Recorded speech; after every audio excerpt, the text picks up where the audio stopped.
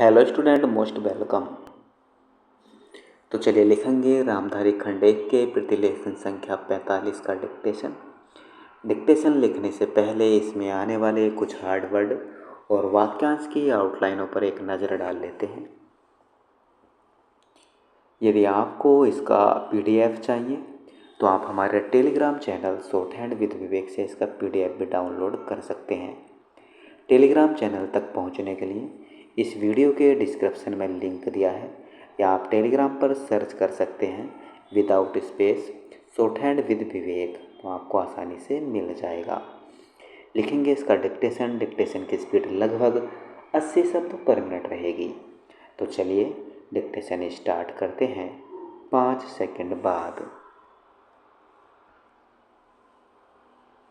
सभापति महोदय, हमारे देश में गृह मंत्रालय और गृह मंत्री का कितना महत्व है, इसका अनुमान इसी से लगाया जा सकता है कि स्वतंत्र भारत में गृह मंत्रालय का भार सरदार पटेल ने स्वयं अपने कंधों पर लिया। सरदार पटेल का साहस, उनका उत्साह और उनकी बुद्धि तीनों ही हमारे गृह मंत्रालय के लिए आदर्श का काम कर सकती हैं। परंतु दुर्भाग्य से सरदार के पश्चात इन तीनों बातों में कुछ कमी आती हुई दिखाई देती है।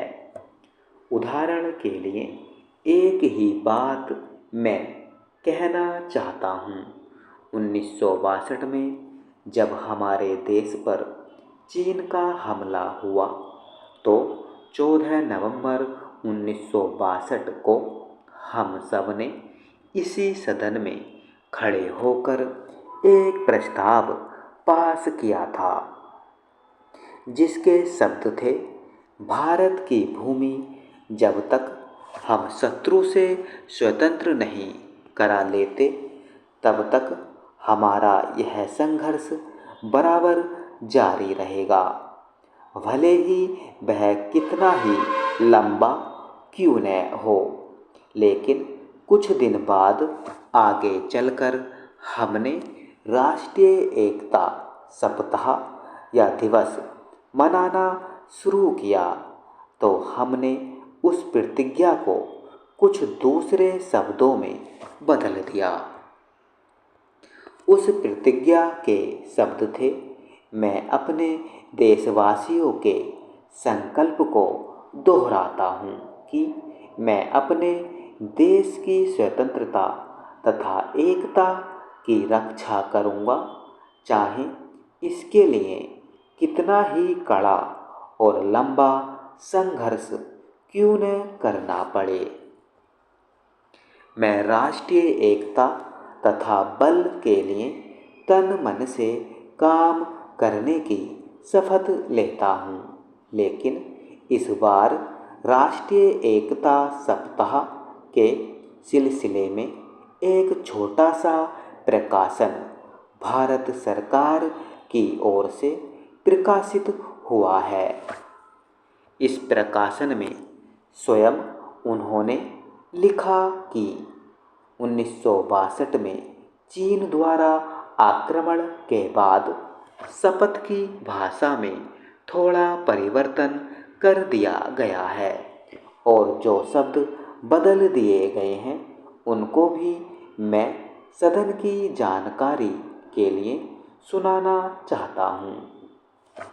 मैं प्रतिज्ञा करता हूँ कि मैं कभी हिंसा का प्रयोग नहीं करूँगा और मेरा विश्वास है कि धर्म, भाषा, प्रांत संबंधी तथा अन्य सभी राजनीतिक और आर्थिक विवादों का शांतिपूर्वक और संवैधानिक तरीकों द्वारा हल किया जाना चाहिए।